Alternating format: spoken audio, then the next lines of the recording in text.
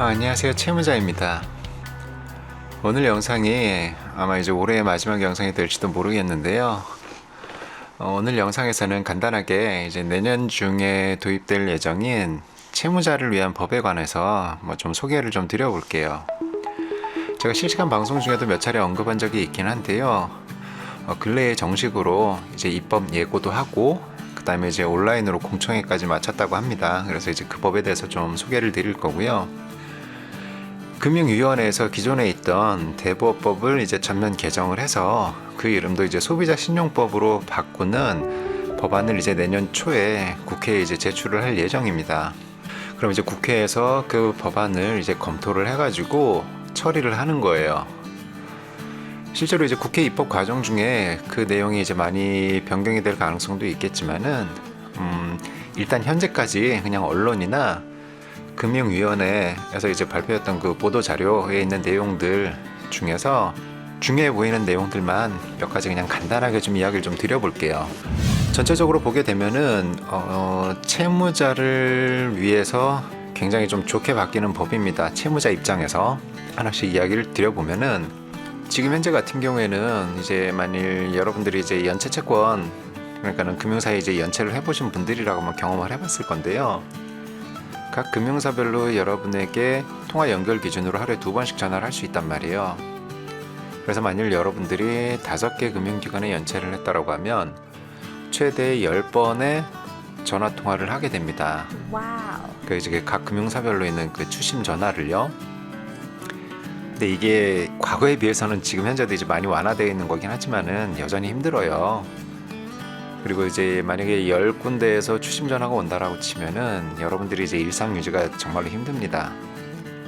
아마 경험해 보신 분들 많이 있을 거예요. 그래서 이를테면 업무적으로 무슨 뭐 미팅 중에 금융사에서 추심 전화가 오거나 혹은 또 이제 뭐 가족들이랑 함께 있는 시간에 금융사에서 오는 전화를 받게 되면은 정말로 곤혹스럽거든요. 막 몸이 굳어버리죠. 막 식은땀이 줄줄 흐르고 막 그러는 상황이었는데 내년에 만약에 이 법이 통과가 되게 되면은 조금 나아질 거예요. 그래서 이제 각 금융사별로 여러분에게 전화를 할 수 있는 그 횟수가 일주일에 7번으로 제한이 됩니다. 뿐만 아니라 지금 현재 같은 경우에는 뭐 금융사가 이제 그냥 막 전화한단 말이죠. 그런데 이 법이 통과가 되게 되면은 여러분들이 그 뭐라고 할까 특정 시간대에 전화 오는 거를 거부할 수 있는 어떤 그런 권한이 생기게 돼요. 제도화 되는 거죠. 물론 뭐 지금도 이제 양해를 구하고 하면은 다시 통화하고 뭐 이렇게 되는데 이제는 완전하게 이제 제도화가 되는 거예요. 그래서 특정 시간대를 미리 이제 이야기를 해주게 되면은 채권 금융사의 그 추심원이 그 시간에는 전화를 할 수가 없게 됩니다. 그래서 여러분들이 좀 일상 유지하는데 굉장히 좀 큰 도움이 될 거예요. 그리고 또 이제 지금 현재 같은 경우에는 금융사들이 여러분에게 이제 뭐 대체로 이제 전화 안 받거나 연체 기간이 길어지면 이제 그런 상황인데 금융사 이제 추심원이 여러분의 가정이나 그러니까 집이나 직장으로 이제 방문을 한단 말이에요. 그럼 뭐 요새도 추심원이랑 이제 통화해가지고 뭐 잘 이야기 되면은 꼭 집에 들어오거나 직장에 완전히 들어오거나 이러지 않고 뭐 그 주변에서 이제 따로 만나거나 이런 게 가능은 한데 이건 역시도 이제 제도화가 됩니다. 그래서 여러분들이 만약에 이제 추심 이렇게 방문 추심을 올 때도 그냥 무작정 오진 않거든요. 원래도 오면 온다라고 미리 알려주고 오게 되어 있는데 뭐 그렇게 온다라고 했을 때 여러분들이 이제 난처한 상황을 피하기 위해서 뭐 집 앞이나 혹은 뭐 직장 근처 뭐 빵집 앞이나 이런 곳에서 만나겠다라고 하게 되면은 추심원 입장에서 그 추심 행위에 큰 지장을 주는 상황이 아니라고 하면은 여러분의 그 요청에 응해야 됩니다. 그건 역시도 이제 법으로 딱 정하게 돼요. 그래서 전반적인 어떤 그 추심 전화나 방문 추심 등등 해서 채무자 입장에서는 굉장히 이제 그 괴로운 추심에 대한 어떤 정신적인 그 부담을 그래도 꽤 많이 줄일 수 있게 되는 그런 식으로 이제 바뀌게 될 거예요. 그리고 이제 또 두 번째가 이제 대단히 이제 중요한 내용인데요. 사적 채무 조정이 제도화됩니다. 저는 본래도 이걸 이제 금융사의 어떤 자체 채무 조정이라는 명칭으로 제가 표현을 하곤 했었는데요. 이제 본래도 있기는 했었어요. 이제 완전하게 제도화된 것은 아니었지만은 금융사들이 연체 채무자들에게 연락을 해서는 본래 있던 그 뭐 대출금이든 카드값이든 이런 거 조금 뭐 줄여줄 테니 이렇게 상환하고 정리합시다 뭐 이런 채무 조정이 있었단 말이에요. 자체적으로 해주는 것들이. 근데 이게 이제 아예 드러내놓고 공개적으로 막 이렇게 하거나 그런 거는 아니에요. 왜냐면 이제 여기에는 이제 여러 이야기거리들이 있는데 길어지니까 이제 그거는 생략은 하고, 중요한 것은 이렇게 금융사들이 자체적으로 채무 조정 원래도 이제 해주고 있던 것들을 법적으로 완전하게 이제 제도화를 하는 거예요. 그리고 채무자가 금융사에다가 부득이 이제 자력 상환이 불가능해지는 상황에 금융사에 요청을 할 수 있게 되는 겁니다. 채무 조정을 해달라고. 그리고 그렇게 채무 조정 요청을 채무자가 채권 금융사에게 하게 되면은 채권 금융사는 무조건 그 요청에 응답을 해야 됩니다. 그래서 이제 10일 이내에 그 채무 조정이 가능한지 안 한지 그거를 알려주게끔 되어 있어요. 이 법을 보면은 나중에 나올게. 그러나 여기에도 이제 채권자 입장에서는 되게 억울할 수도 있잖아요. 아무나 돈 빌려가는 사람들이 그냥 무조건 채무 조정 해주세요 뭐 이러면 안 되니까, 대신에 이제 최선의 안전장치로 채권 금융사에는 거절할 수 있는 권리도 생기게 됩니다. 그러나 이제 거절을 하든 뭐 그 요청을 수용해 갖고 채무 조정을 해주든 어쨌거나 10일 이내에 답을 해줘야 되고, 채무자가 그렇게 채무 조정을 요청을 하면은 일단은 또 추심도 중단을 해줘야 됩니다. 그렇게 이제 법이 생길 거예요. 그리고 또 대부분의 많은 이제 그 채무자들이 사실 이제 채무 조정이라는 것 자체를 잘 모릅니다. 그런 게 있는지도 모르고, 있는 거를 알았다라고 해도 뭐가 뭔지 전혀 모른단 말이에요, 대부분이. 그러다 보니까는 이 채무 조정을 요청을 하는 거를 채무자가 직접 할 수도 있겠지만은 이것만 전문적으로 대행해주는 채무조정 교섭업이라는 일종의 새로운 직종도 생기게 돼요.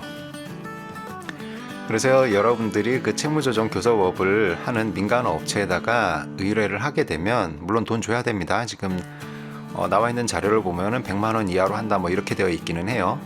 돈을 주게 되면은 채무조정 교섭 업체가 여러분의 금융사들에게 연락을 취해가지고 여러분을 대신해서 그 채권 금융사와 협상을 하게 되는 그런 일을 하는 거예요.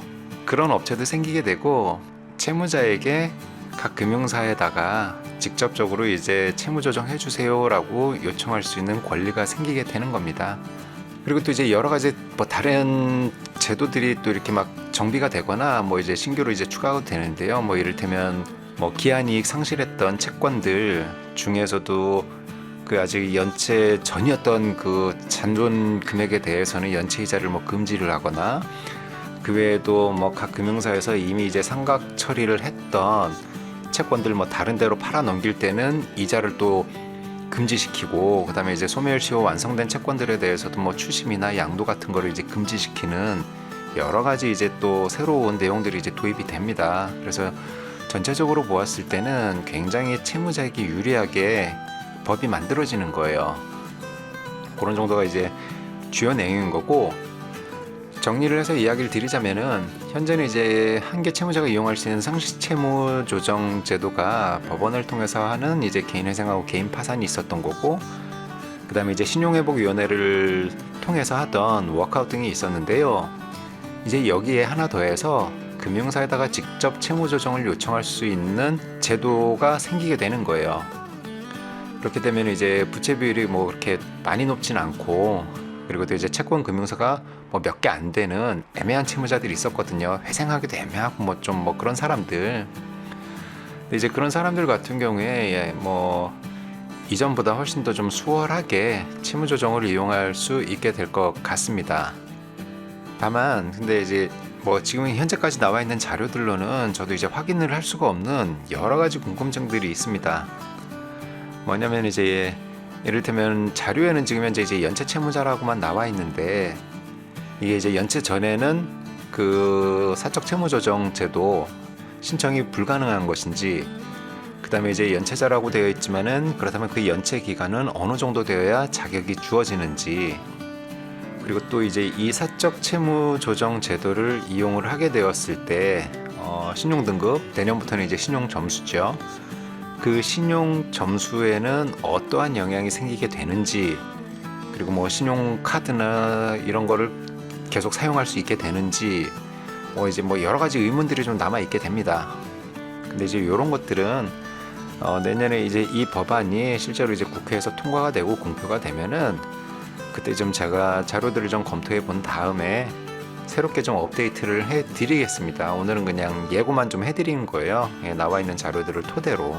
그들이 이제 지속적으로 뭐 채무자 친화적인 제도들이 나오고 있고 막 정비가 되고 있거든요. 그런데 이제 조금 냉정하고 차분하게 좀 이야기를 드리자면은 여러분 이제 당연히 빚은 힘들어도 나의 수입과 지출을 잘 관리해서 자력 상환을 하는 것이 맞습니다. 다만 저는 늘 이야기 드리는 게 노력을 굉장히 열심히 했는데도 안 되는데 이제 목숨을 걸지는 말라고 이야기를 드리는 거거든요.